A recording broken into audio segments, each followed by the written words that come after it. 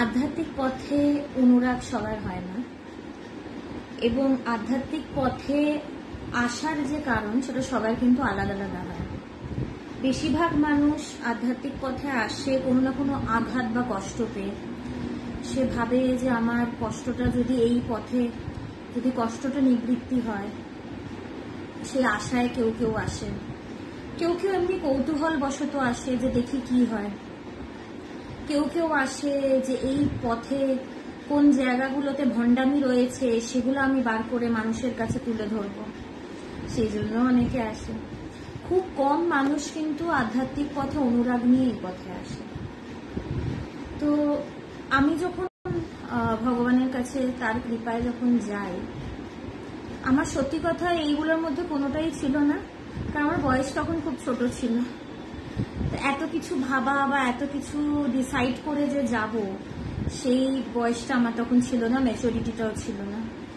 শুধু মনে আছে মায়ের হাত ধরে গেছিলাম এবং ভগবানকে দেখে একটা জিনিস মনে হয়েছিল যে আমি যেন আমার ঠিক জায়গায় ফিরে এসেছি। যেই জায়গাটা আমার যেন হারিয়ে গেছিল সেইটা যেন ফিরে পেয়েছি। এবং সামনে ভগবানকে দেখে মনে হয়েছিল যে ইনি খুব আপনজন, কেউ এনাকে চিনি। তো খুব কম মানুষ সত্য জানার জন্য আধ্যাত্মিক পথে আসে। বেশিরভাগই আসে কৌতূহল বা একটা কষ্ট পেয়ে, যে এত কষ্ট এই জায়গায়, সংসারে হয়তো কিছুই নেই, তো আধ্যাত্মিক পথটা দেখি কিছু পাই কিনা।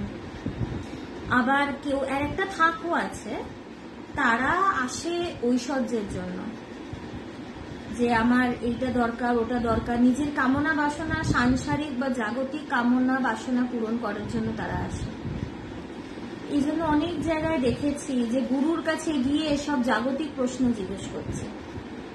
এবং অনেক জায়গায় তো আমি সদ্গুরুর রেতেও দেখেছি যে how do I stop marital fights, how do I live happily with my spouse, এই ধরনের প্রশ্ন, যে কিভাবে স্বামী স্ত্রী ভালো করে সংসার করব, কিভাবে এই ঝামেলা কমাবো, কিভাবে এই সংসারের এটা করব, এই প্রশ্নগুলো আমরা করি। এখন এখানে ঠিক ভুলের ব্যাপার না, প্রশ্ন শুনে বোঝা যায় যে সে কি জন্য সেই জায়গায় গেছে। এখানে ঠিক ভুল নিয়ে আমি কথা বলছি না, লোক কি কি কারণে যায় আমি সেইটা খালি বলছি। তো সেই কারণেও অনেকে যায়, তার যে সংসার নিয়ে বিভিন্ন ঝামেলা বা প্রশ্ন বা দ্বিধা দ্বন্দ্ব, সেগুলো নিয়েও মানুষ যায়। খুব কম মানুষ আধ্যাত্মিকতার জন্য সত্যি সেই বিষয়টাকে ভালোবেসে খুব কম মানুষ গুরুকরণ করে। আর অনেকে আবার এটাও আছে যে সবাই দীক্ষা নিচ্ছে আমিও নিয়ে নিই, একটা ফ্যাশন ট্রেন্ডের মতো, যে সবাই দেখছে, সবার ভালো লাগছে, সবাই করছে আমিও করি। ভেড়ার পাল, এক পাল যেদিকে যাবে আমাকেও সেখানেই যেতে হবে। তারপরে দীক্ষা টিক্ষা নিয়ে নিলাম, তারপরে গুরুর মুখ মনে নেই, গুরুর নাম কি ছিল জানি না, মন্ত্রটাও ভুলে গেছি, বা এগুলো মনে আছে কিন্তু গুরু সঙ্গ করিনি বা মন্ত্র জপ করা হয়নি, শুধু মন্ত্রটা নেওয়া আছে, এগুলোও হয়। তো অনেক ধরনের থাকে। তো আজকে এই প্রসঙ্গ নিয়ে এই কারণেই আলোচনা। আজকে দেখব, আমি তো ভগবানের জীবনী থেকে আলোচনা করি, স্বামী প্রজ্ঞানন্দ মহারাজের লেখা। সেখানে একটা কম বয়সী ছেলে, সে কিভাবে আধ্যাত্মিক পথে এলো সেটার একটা ভূমিকা নিয়ে আজকে আলোচনা করব। এটা যেহেতু জীবনী, একসাথেই তো পুরো ঘটনা বলা থাকে না, পরপর যেরকম ঘটে সেরকম বলা থাকে। তো আজকে সেটা নিয়ে কথা বলবো, যে কিভাবে একটা বাচ্চা ছেলে, যে ভগবানের পাড়ায় তখন থাকতো মালিগাঁওতে, তার কিভাবে এইদিকে মন হয়। তিনি আজকে ভগবানেরই একজন সন্ন্যাসী শিষ্য। তো তার একটু ঘটনা আজকে শুনব। ভগবান তখন মাঝে মাঝে, এটা অন্য পান খেতেন, সেটা তার নেশা না হলেও। তো লাভলি সেন ভগবানকে পান সেজে দিতেন। তেমনই একদিন রবিবার সকালে দূরদর্শনে মহাভারত সম্প্রচারিত হচ্ছে। এইটা এমন সময়ের কথা যখন আমাদের জন্মানোর আগে, কিন্তু ছোটবেলায় আমিও দূরদর্শনই আমাদের টিভিতে ছিল। এইসব এত চ্যানেল অনেক পরে এসছে, আমরাও পেয়েছিলাম দূরদর্শন। মধ্যে একবার বিজ্ঞাপনের জন্য কয়েক মিনিটের বিরতি থাকতো। এরই মধ্যে শ্রীমতী সেন পান সেজে ছেলে বুবাইকে বললেন ভগবানকে দিয়ে আসতে। মানে অ্যাকচুয়ালি কলোনির যে কালচার না, সে কালচার খুব অন্যরকম। তো সেখানে সবাই সবাইকে চেনে, সবার সাথে খুব ভালো সম্পর্ক। নর্থ কলকাতায় গেলে এখনো সেটা দেখা যায়, কিন্তু সাউথ কলকাতায় সেই কালচারটা খুব একটা নেই, বরঞ্চ আমি বলবো আমি যে জায়গায় থাকি সেখানে খুব একটা নেই। এখানে কেউই কাউকে চেনে না, বা কারোর সময় নেই কারোর সাথে বসে কথা বলার, বা সে কেমন আছে তার একটু খবর নেই। সেগুলো আস্তে আস্তে মানুষের কমে যাচ্ছে। আর কোভিড এর পরে তো আরোই বেশি। এখন মানে লোকেরা বাড়ি আসলেই মানে এটা মনে হয় যে সে কখন বাড়ি ফিরবে, কতক্ষণে সে বেরোবে।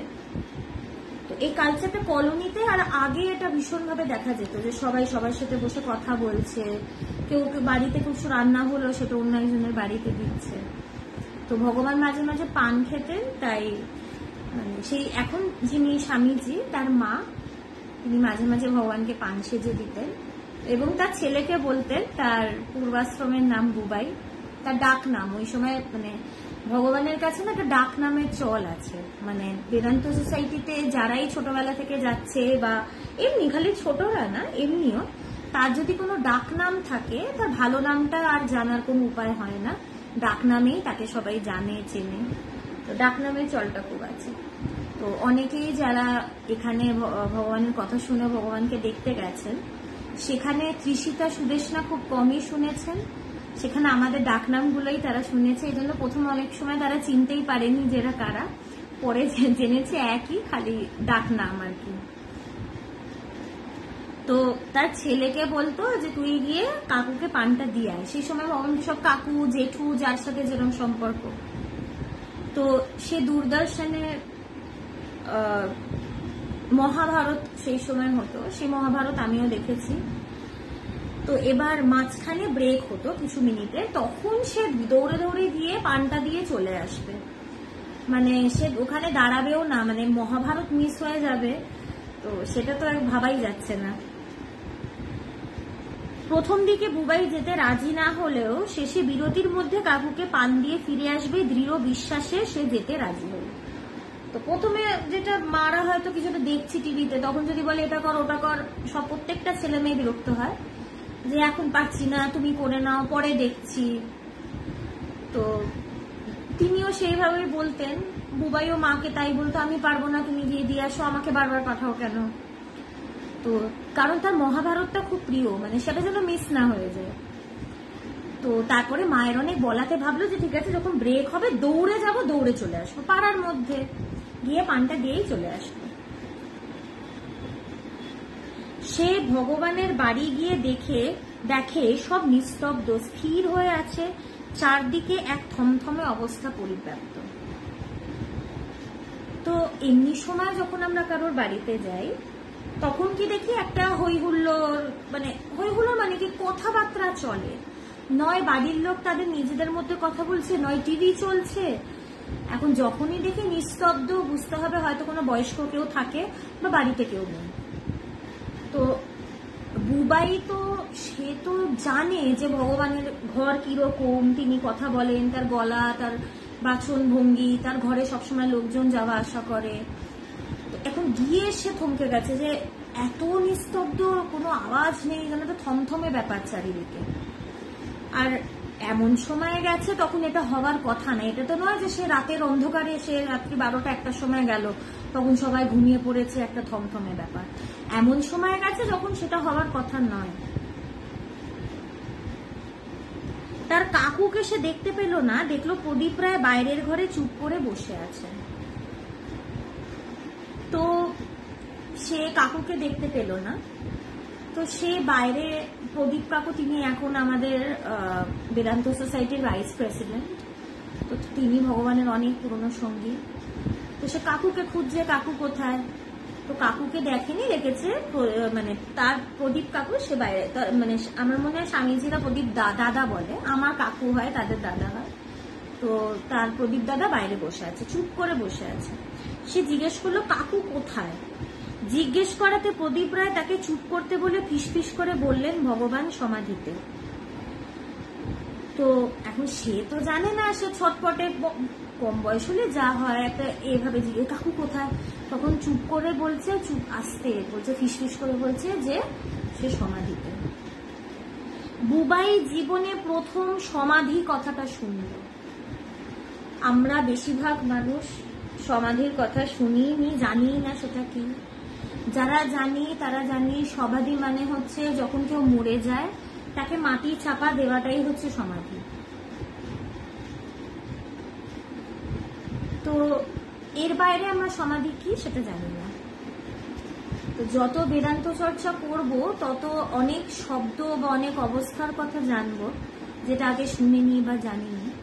তো তার ক্ষেত্রেও তার বয়স কম, সে প্রথম শুনলো সমাধি। এখন সে একটা বাচ্চা ছেলে, সেও ভাবছে সমাধিতে আছে, সমাধিতে আবার কি ব্যাপার। তবে কিছুই বুঝলো না, সমাধিটা শুনলো কিন্তু বুঝলো না। এখন তাকে চুপ করতে বলছে, বুঝেছে সিরিয়াস কিছু ব্যাপার, কিন্তু কি ব্যাপার সেটা বুঝতে পারছে না। তবে বোঝার ইচ্ছেটাও ছিল না। তো তার বয়স কম, তার মন তো মহাভারতে পড়ে যে বাবা পানটা দিয়ে তাড়াতাড়ি যাই, অত বসে সমাধি শোনার এবং বোঝার সময় নেই। সে তার প্রদীপটাকে পানটা ভগবানকে দিয়ে দিতে বলতে শ্রী রায় তাকে সেখানে বসে থাকতে বললেন ও তাকেই ভগবানের হাতে পান দিতে বললেন। তখন সে বলল কাকুকে তো দেখছি না, তো প্রদীপ কাকুকেই বলল যে তুমি দাদা পানটা রাখো, পানটা তুমি কাকুকে দিয়ে দিও, আমি যাচ্ছি। তো তখন প্রদীপ কাকু তাকে বলছে যে না তুই বস, তাকে বসিয়ে দিল, বললো তুই নিজের হাতেই পানটা দে। এখন প্রদীপ কাকু ভেবেছিল যে কেউ সমাধি থেকে উঠে তাদেরকে দর্শন করা এটা বিশাল ভাগ্যের ব্যাপার। যে কোনো মহাপুরুষ বা অবতার পুরুষকে সেই অবস্থাটায় দেখা তো ভীষণ মুশকিল, খুব বিরল, মানে ঈশ্বরের কৃপা না হলে সেইভাবে তাকে দেখা যায় না। কারণ তাদের সাধনাটা অতি গুচ্ছ, মানে তারা খুবই গোপন এতে সাধনা করে, জনসমক্ষে তো করে না।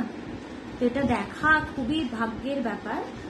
এবং তখনই সেই অবস্থা থেকে ভগবান উঠে ভগবান যেভাবে থাকবে বা তার সাথে সেই সাক্ষাৎকারটাও খুব বিশেষ, এটা ভেবেই কিন্তু প্রদীপ কাকু সেই বাচ্চা ছেলেটাকে বললো যে তুই বস, যাস না, নিজের হাতে পানটা দিয়ে যাস, যাতে অন্তত যাতে শেষ ওই ছোঁয়াটা পায়, ওই ডিভাইন টাচটা যেন সে পায়। প্রথমত সমাধি বলতে কি সেটাই জানি না, আর মহাপুরুষ অবতার পুরুষদের সমাধি দেখা তো আরো দূরের ব্যাপার। ঠাকুর সমাধিস্থ হয়ে যাচ্ছেন সবার মাঝে, ঠাকুরের কি হয়েছিল সেটা কি সবাই বুঝেছিল? খালি দেখেছিল, এটা ঠাকুরের কৃপা, এটা সবার এই সৌভাগ্য হয় না। গুরুর সমাধি দেখা এটা গুরুর শ্রেষ্ঠ কৃপা, সর্বশ্রেষ্ঠ, এরপরে আর কোনো কৃপা নেই, এটাই অন্তিম কৃপা গুরু। তো সেও বলল যে সেও যাতে বাচ্চা ছেলেটাও যাতে কৃপাধন্য হয়, তাই বললো তুই বসে পড়। বুবাইয়ের প্রাণ ছটফট করছিল, কারণ ততক্ষণে বিজ্ঞাপনের বিরতির সময় শেষ হয়ে মহাভারত শুরু হয়ে গিয়েছে। অন্যান্য বাড়ি থেকে সেই আওয়াজ ভেসে আসছিল। এখন কলোনিতে একটা কি ছিল, মানে তখন যেহেতু অত এন্টারটেনমেন্ট মল এইসব ব্যাপার তো ছিল না, ওই টিভিটাই ছিল এক ধরনের এন্টারটেনমেন্ট, খেলাধুলো, গল্প টল্প। তো বুবাইকে তো বসতে বলেছে, বুবাই তো ছটফট করছে, মহাভারত শুরু হয়ে যাচ্ছে। এদিকে মানে সামনের বাড়ি পাশের বাড়ি থেকে আওয়াজও আসছে যে এক শেষ হয়ে গেছে, মহাভারত শুরু হয়ে গেছে, তার তো মিস হয়ে যাচ্ছে।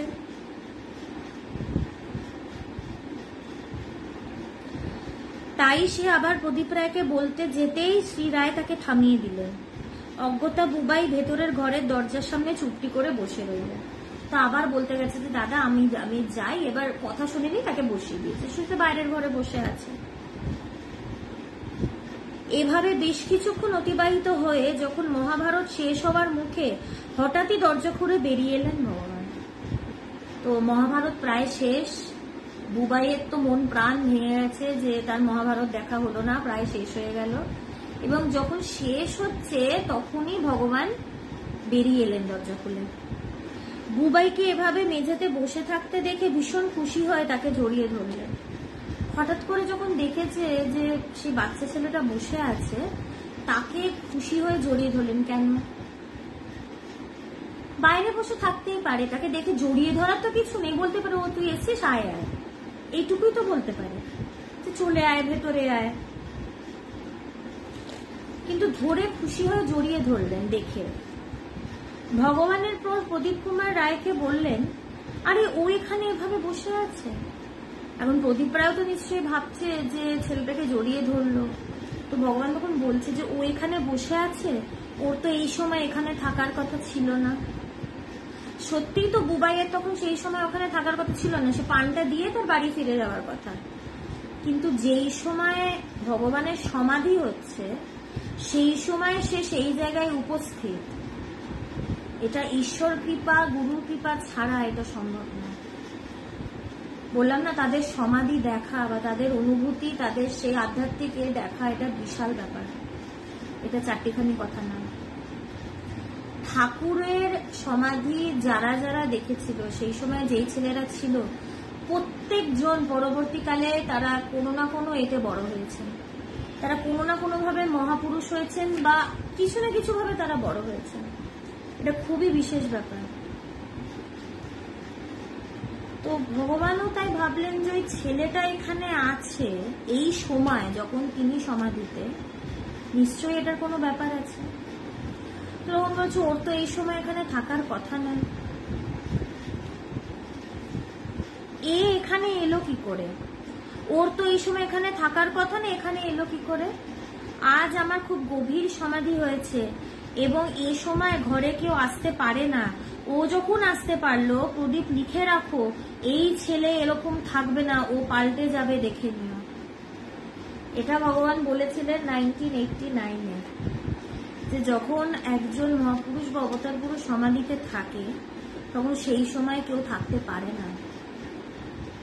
তো ভগবান ওটাই বলছে যে ও এখানে রয়েছে, মানে ওই সময় ভগবানের গভীর সমাধি হয়েছিল, ও ওখানে রয়েছে মানে যে ভগবান একদম কনফিডেন্টলি বলল যে দেখো এই ছেলে এরকম থাকবে না, সে কিন্তু পাল্টে যাবে।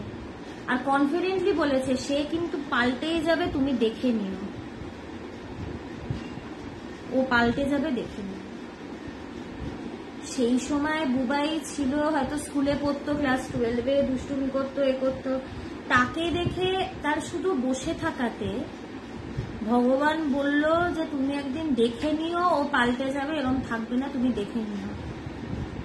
আজকে সেই ছেলে সন্ন্যাসী, সে মানে বিদেশে গিয়ে তার একটা স্পিরিচুয়াল ট্যুর বলতে সেখানে সে বিভিন্ন জায়গায়, সে বিদেশে আমেরিকায় গিয়ে স্পিচ দিয়েছে, যেখানে স্বামী বিবেকানন্দ গেছিলেন সেখানে গিয়ে কথা বলেছেন, এবং নিউ ইয়র্ক ইউনিভার্সিটিতে ওনার যে স্পিচটা ওই মহারাজের, তার সেই স্পিচটা ওই কারিকুলামে ইনক্লুডেড।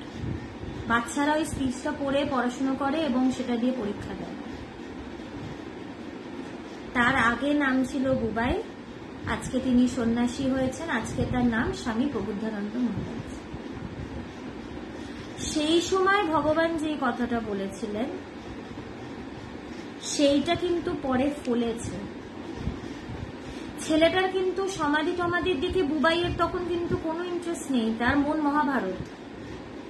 কিন্তু ভগবান কিন্তু একটা ইঙ্গিত পেয়েছিলেন যে সেই সময় ওর উপস্থিতি, এটা কিন্তু বিশেষ ব্যাপার।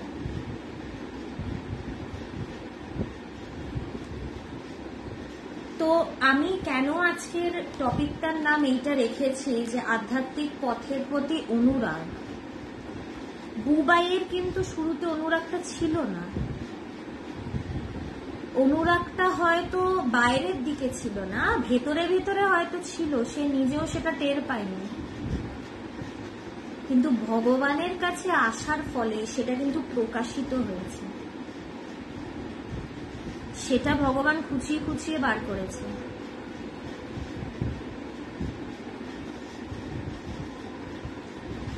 তো অনুরাগ সবার থাকে না, কিন্তু যেখানে অবতার পুরুষ থাকেন বা মহাপুরুষেরা থাকেন সেখানে তারা অনুরাগ জাগিয়ে দেয়।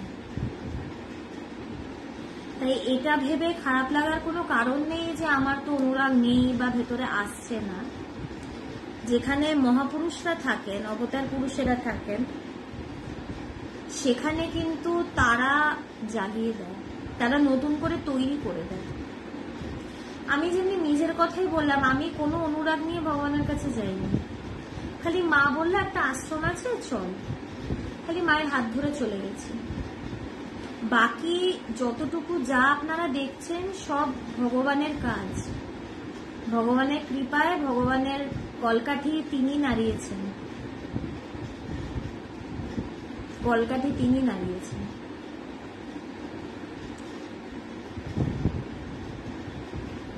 ভগবান আরো কিছু কথা বলেছিলেন, বুবাইয়ের মনে নেই, কিন্তু যখন সে তার বাড়ি ফিরে এলো, মহাভারত না দেখার যন্ত্রণার জায়গায় মনে ততক্ষণে স্থান নিয়েছে তার কাকুর প্রতি সহস্রগুণ টান, শ্রদ্ধা ও ভালোবাসা।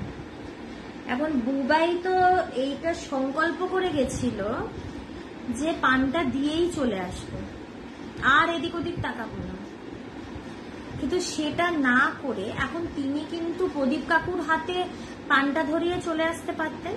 প্রদীপ কাকু বলছে বসতে, সে তো নাই বসতে পারতো, সে তো বলতো না না আমি বসবো না, আমি চললাম করে দৌড়ে পালিয়ে যেতে পারতো।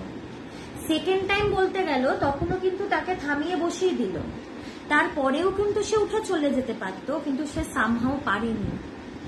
তাকে যেন এক অদৃশ্য শক্তি সেই জায়গায় যেন আটকে রেখেছিল, তাকে সেখান থেকে উঠতে দেয়নি, তাকে সেখান থেকে উঠতে দেয়নি। এবং সে যখন বাড়ি ফেরে, ভগবানের সাথে তার কথাটা কি হার্ডলি আধ ঘন্টা হবে, বা আর একটু কম বা বেশি। সে যখন বাড়ি গেছে, তার তো একটা রাগ হবার কথা যে শুধু শুধু আমি মহাভারতটা মিস করলাম, আমি দেখতে পেলাম না, হ্যাঁ কেন এতক্ষণ আটকে রাখলো, আর আমি পান দিতে যাব না, তার তো এরকমই মনে হতে পারত। কিন্তু সেই বাচ্চা ছেলেটি হঠাৎ করে দেখছে যে সেই কাকুর প্রতি যেন তার ভেতরে একটা টান হচ্ছে। কাকুকে তো সে ছোটবেলা থেকে দেখেছে, আমরা তো অনেক কাকুকে পাড়ায় দেখি, কারোর উপর তো টান হয় না যে সারাদিন সে কাকুর কাছে গিয়ে বসে আছি, কথা শুনছি। সে ছোটবেলা থেকে দেখেছে, সে ভগবানের সাথে 5 বছর বয়স থেকে অভিনয়ও করেছে, সে ভগবানের ছেলে, রাজার ছেলে হিসাবে সে পাঠ করেছিল। তো কাকুকে তো দেখছে, তার প্রতি আলাদা করে টান হবার তো কথা নয়, কিন্তু সে দেখছে তার হচ্ছে, তার যেন কাকুর কথা মনে হচ্ছে বারবার বারবার, যেন মনে হচ্ছে যে না একটু যাই, একটু দেখি। সে কিন্তু অজান্তে, সে কিন্তু ধরতেও পারছে না তার কি হচ্ছে।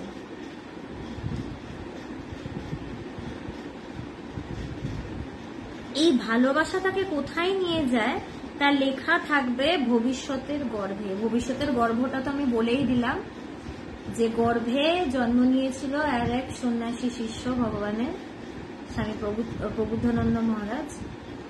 এবং যেটা সবচেয়ে অদ্ভুত ব্যাপার, সেটা হচ্ছে আমাদের তো অনেক প্রশ্ন, কেন উনি ভগবান, ওনার কাছে গিয়ে কি পরিবর্তন মানুষের হয়েছে। ভগবানকে সে কিন্তু সমাধি অবস্থায় দেখেও নি, খালি সে পরিবেশটার মধ্যে ছিল। একজন মহাপুরুষের সমাধি হচ্ছে, অবতার পুরুষের, মহাপুরুষ না, অবতার পুরুষের সমাধি হচ্ছে। অবতার পুরুষ বা মহাপুরুষ তাদের যখন সমাধি হয়, সে সমাধির যে কি শক্তি, সেটা আজকের দিনে দাঁড়িয়ে বোঝা যাচ্ছে। যেখানে সে ভগবানকে মানে সেই স্বপ্নের মধ্যে কোনোদিনে সেইভাবে দেখেনি, বা সে ভগবানকে তার আলাদা করে, এটা অনেকের কি হয় দর্শন হয়, স্বপ্নের মধ্যে কিছু দেখলো, তার সেটাও হয়নি। ভগবানকে সে আলাদা করে তার সমাধি অবস্থাতেও দেখেনি, যে দেখে একটা কিছু দর্শন হলো, সেটাও হয়নি। খালি সেই মানে সেই সিচুয়েশনটার মধ্যে সে ছিল, সেই এলাকাটার মধ্যে সে ছিল, তাতেই তার এত পরিবর্তন। আজকে সে সন্ন্যাসী। তাহলে বুঝতে হবে বা বোঝার চেষ্টা করতে হবে যে ভগবান তাহলে কি ছিলেন, যে তাকে কোনো আধ্যাত্মিক কথা না শুনিয়ে শুধু সেই জায়গায় সে বসেছিল, তাকে কোনো সেরকম আধ্যাত্মিক কথাও তিনি বলেননি, তাতেই সে দেখছে যে তার কাকুর প্রতি কত টান বেড়েছে। তো এটা কি মানে মাঠে ঘাটে হয়? এটা কি বাড়ির বাড়ির ঘটনা? এটা কি এতই সহজ? বা এটা কি আগে আমরা কোথাও শুনেছি হতে বা হতে কি দেখেছি? না, একরকম নয়, ব্যাপারটা খুবই অন্য। ভগবানের কাছে এসে যেটা স্পেশাল হয়েছে,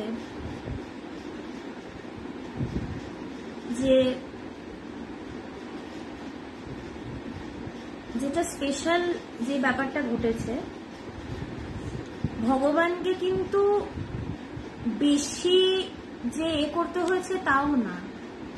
অনেক সময় কি হয়, গুরুকে প্রচুর খাটতে হয় শিষ্যকে তোলার জন্য, কিন্তু শিষ্যের ভেতরে যদি মাল মশলা থাকে অলরেডি, তাহলে সেটা দিয়ে খুব ভালো রান্না হয়।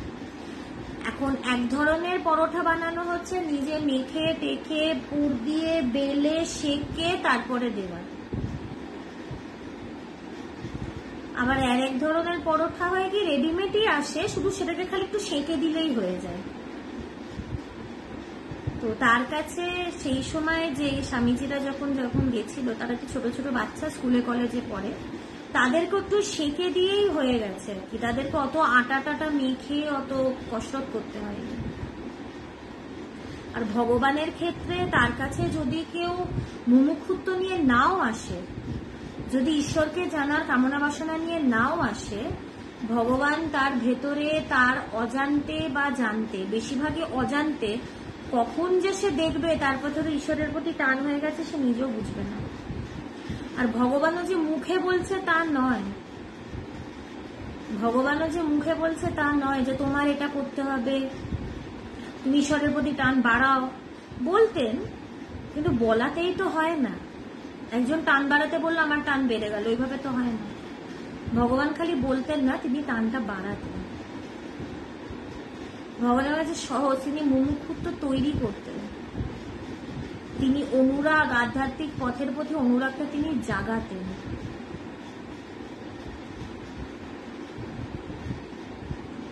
তো এইটা কিন্তু খুবই কম দেখা যায়।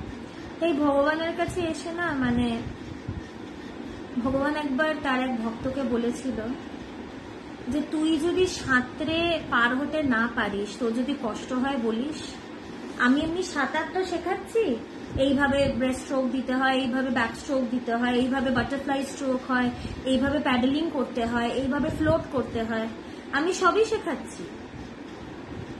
কিন্তু যখন দেখবি যে বড় জায়গায় সাঁতার কাটতে অসুবিধে হচ্ছে, মানে এটা কিন্তু কথাটা লিটারালি বলেননি, কথাটার গভীর মানে আছে।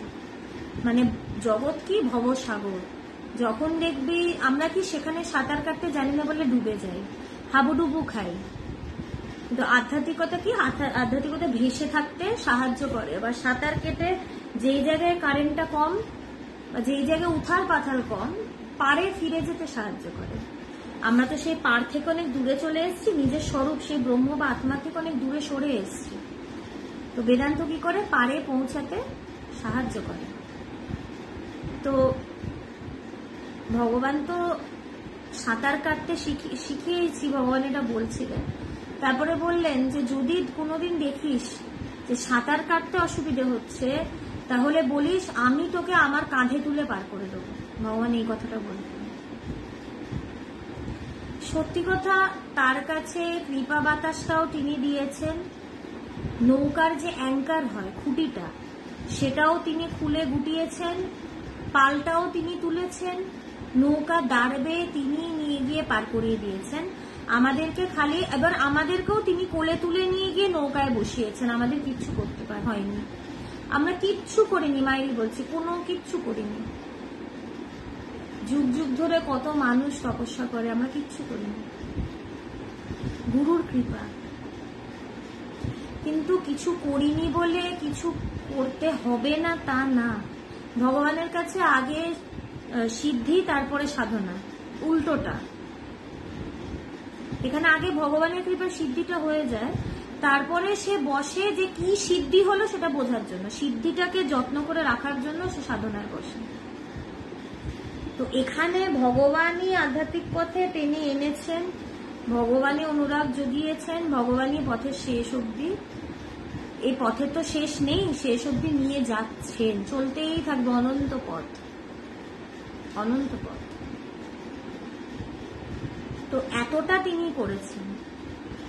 অন্য জায়গায় কি হয়, গুরু তো প্রথমত জানেই না কোন শিষ্যকে কিরম দেখতে, কারণ মাইকে মাইকে দীক্ষা হয়, এখন অনলাইনে দীক্ষা হয়, তো হয়তো 1000 জনকে একসাথে দীক্ষা দিচ্ছে, কেউ দীক্ষার মন্ত্রটা আদৌ ঠিক করে শুনলো না কি হলো, তার ওই মন্ত্রটা কাজে দিচ্ছে কিনা কারোর কিছু দেখার দরকার নেই। কিন্তু ভগবানের কাছে আলাদাই ব্যাপার, সেখানে নিমেষে মানুষে কখন পাল্টে গেছে তার কোনো ঠিক নেই। আমি সত্যি কথা আমি বলতে পারবো না আমি কোন মুহূর্ত থেকে পাল্টাতে শুরু করেছি, কিন্তু এইটুকু বলতে পারবো আগে কি ছিলাম সেটা সত্যি আমার মনেই নেই। I just don't remember, I don't recall any memories. আগে কি ছিলাম কিচ্ছু জানি না, কিচ্ছু জানি না। ভগবানের কাছে না চুপিসারে জ্ঞানটা পাল্টায়, চুপিসারে পাল্টে যায়। তো আমাদের কাছে যখন আমরা এসেছিলাম কোনো অনুরাগী ছিল না, কখন রাগ অনুরাগ যা হয়েছে সব তিনি জন্ম দিয়েছেন ভেতর থেকে, এবং যতদিন তিনি অ্যালাউ করবেন ততদিন হবে, থাকবে, চলবে। তো যেইভাবে বুবাইয়ের জীবন পাল্টে গেল, এইভাবে আরো অনেক অনেক মানুষের জীবন ভগবানের কাছে পাল্টাচ্ছে। তাদের শরীরে থাকা না থাকাটা কোনো ফ্যাক্টর না। এখনো প্রচুর মানুষের থেকে আধ্যাত্মিক অনুভবের কথা শুনছি, স্পিরিচুয়াল এক্সপিরিয়েন্সের কথা শুনছি, ভগবানকে কেন্দ্র করে, যেখানে তিনি দেহে নেই। তো এটা ভাবার কোনো কারণ নেই যে তিনি নেই মানে হচ্ছে না। ঠাকুর তো দেহে নেই, কথামৃত কত মানুষের জীবনে আজ অব্দি পাল্টে দিচ্ছে। তাহলে তাদের শরীরটা ক্ষণস্থায়ী হতে পারে, কিন্তু তারা তো ক্ষণস্থায়ী না, তাদের স্বরূপও তো সেটা তো সবসময় আছে, রয়েছে, থাকবে। তাই আমরা যদি চাই আমরা কিন্তু চেঞ্জ করতে পারবো নিজেদের ফর দ্য বেস্ট। আসল যে সেটা খুঁজে বার করা, এবং এটার জন্য চাই আধ্যাত্মিক পথে অনুরাগ, এটার জন্য চাই গুরুর কাছে প্রার্থনা। আমি যত জেনুইনলি ডাকবো গুরু ততই আমার রাস্তা সহজ করে দেবে। আজকে আলোচনা এই অবধি। কিছু একটা প্রশ্ন দেখছিলাম,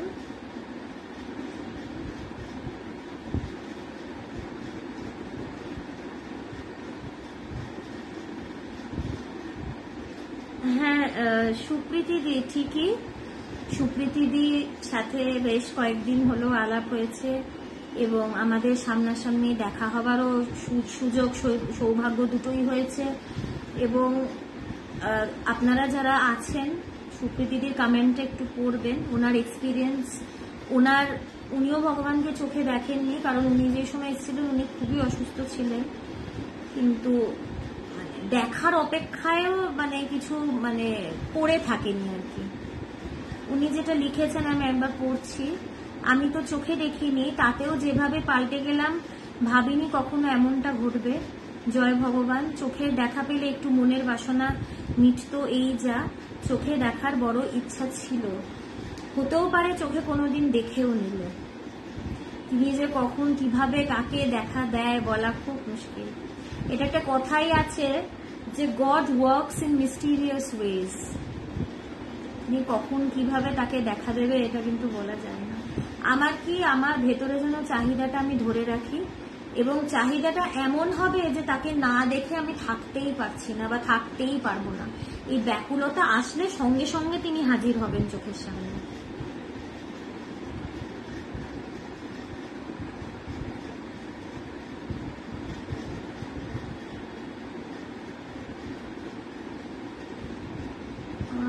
আচ্ছা, অপারনাথ অঘরী বাবু, আপনাকে আমার প্রণাম। বাহাদুরি পাটার কথা শুনেছ, না হলে কথামৃত পর পাবে। বুঝলাম না, যাই হোক।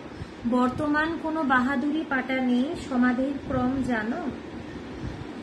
বাহাদুরি পাটা, বাহাদুরি আমি বই পড়ে, কথামৃত পড়ে, সমাধির ক্রম দেখে মনে হয় না আসে।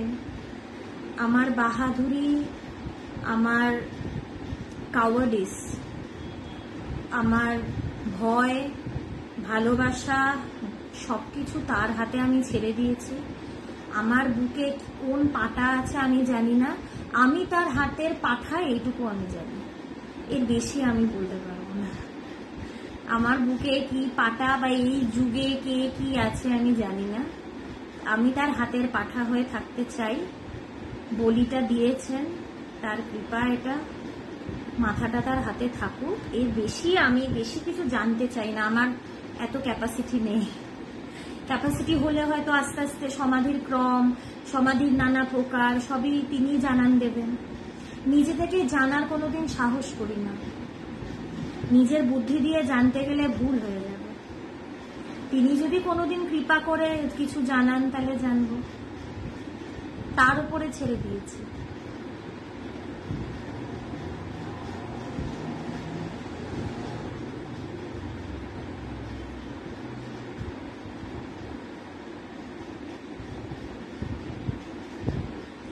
হ্যাঁ, অপার বাবুর আর একটা বক্তব্য ঠিকই, চন্দন গাছের পাশে নিম গাছ থাকলে নাকি তার গা দিয়ে চন্দনের গন্ধ বের হয়, এরকম শুনেছি। অবশ্যই এটা হয়, চন্দনের পাশে যেই থাকবে তার দিয়ে গন্ধ বেরোবে, কিন্তু তাই বলে চন্দন শ্রেষ্ঠ নিম নয় তা কিন্তু নয়। দুটোই কিন্তু মেডিসিনাল প্রপার্টিতে লাগে, আর দুটো যদি এক হয়ে যায় তাহলে সেই মেডিসিনের শক্তিটা আরো বেড়ে যায়।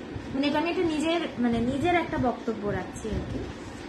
তো চন্দনের নিমের গা দিয়ে চন্দনের গন্ধ বেরোচ্ছে ভালো, কিন্তু নিমের সে নিম বলেই একটা আলাদা কিন্তু বিশেষ ব্যাপার আছে। তাই বুবাই যে সেই সময় থাকতে পেরেছে তার ভেতরেও কিছুটা ব্যাপার ছিল, তাই হয়তো পেরেছে।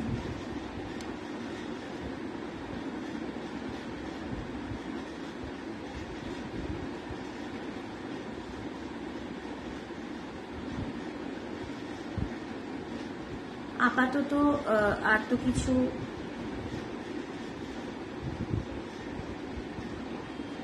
সুপ্রীতি কি কিছু বলছো?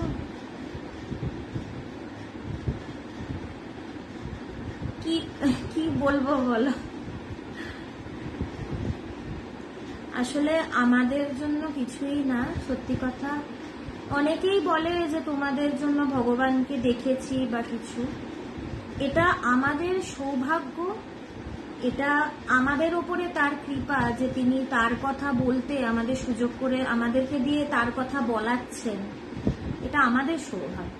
ব্যাপারটা অ্যাকচুয়ালি উল্টো আমার কাছে, যে তার কথা মুখ থেকে বেরোচ্ছে তার কৃপায়, তিনি বলাচ্ছেন, এবং এটাতে মানুষেরই ভালো। আমাদের এখানে কোনো ভূমিকাই নেই, সত্যি কথা। তার ইচ্ছেতেই সব হচ্ছে, তার ইচ্ছে হয়েছে তাই কাজগুলো হয়েছে। এখানে সত্যি কথা আমরা কেউ নই, খালি মুখটা দেখা যাচ্ছে বলে সবাই বলে হয়তো, কিন্তু মুখ থেকে যা যা বেরোচ্ছে সব ওই পারেরই কথা, ওই পার থেকে আসছে। তাই বলে দৈবী ব্যাপার কিছু বোঝাচ্ছি না, গুরু বলছেন, গুরুর কৃপা হয়েছে তাই মুখ থেকে শব্দ বেরোচ্ছে, নাহলে বেরোতো না। নিজের কোনো ক্ষমতা নেই, একটা কুশব্দ করারও ক্ষমতা নেই, তার কৃপাতেই সব। এবং আমারও যদি ভেতরে নিজের প্রতি কৃপা থাকে, আমার যদি ভেতরে ব্যাকুলতা থাকে, তাহলে আমার জীবন আরো পাল্টে যাবে। তাকে না দেখেই যদি পরিবর্তন হয়, তাহলে আমার ভেতরে যদি তাকে দেখার তীব্র বাসনা জাগে আর তার যদি আমি দর্শন পাই, তাহলে আরো কত পরিবর্তন হবে তাহলে ভাবা যাক। না দেখেই যদি এতটা হয়, দেখে কি হবে? তো আমাকেই চাইতে হবে, আমার না চাইলে হবে না।